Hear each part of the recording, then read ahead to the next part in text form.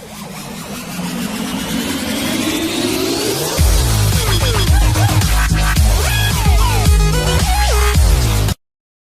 everyone and welcome back ulit sa aking channel. So especially dun sa mga members dito sa aking channel. So yun na nga po guys, kagaya po nung sinabi ko sa mga previous upload video ko, i-upload ko po yung pag nalagyan na po siya ng fingerlings.